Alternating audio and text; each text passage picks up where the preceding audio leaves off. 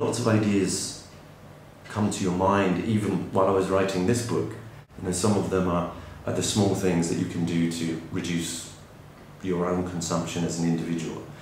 And other ones are the really radical ideas. And I think I would like to explore those a little bit more to see how realistic they are. Things like the United Nations has an international court, and we're concerned about crimes against humanity. Why don't we have an environmental court and crimes against the planet? That would be one.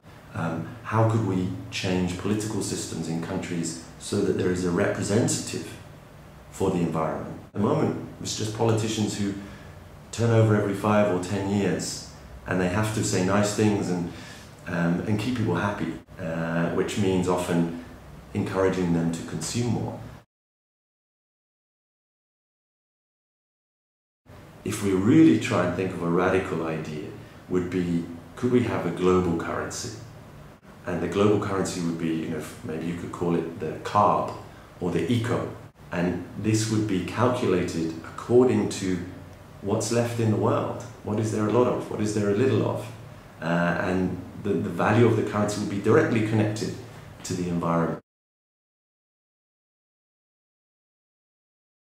And others have done studies on this, and they look at what's the cost of pollution in China, and I think their calculation was it's worth 5.7 points of China's growth.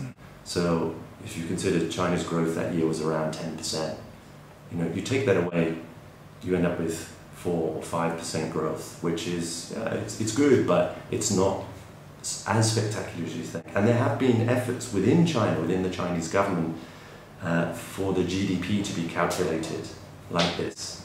But this idea of green GDP, as they call it, this idea was killed. Some of the local officials saw what would happen to the proud growth figures that they have, and said, no, we don't want that. We're not going to go that far down suddenly. So there will always be this resistance by those who concentrate more on the economy and the old model of growth.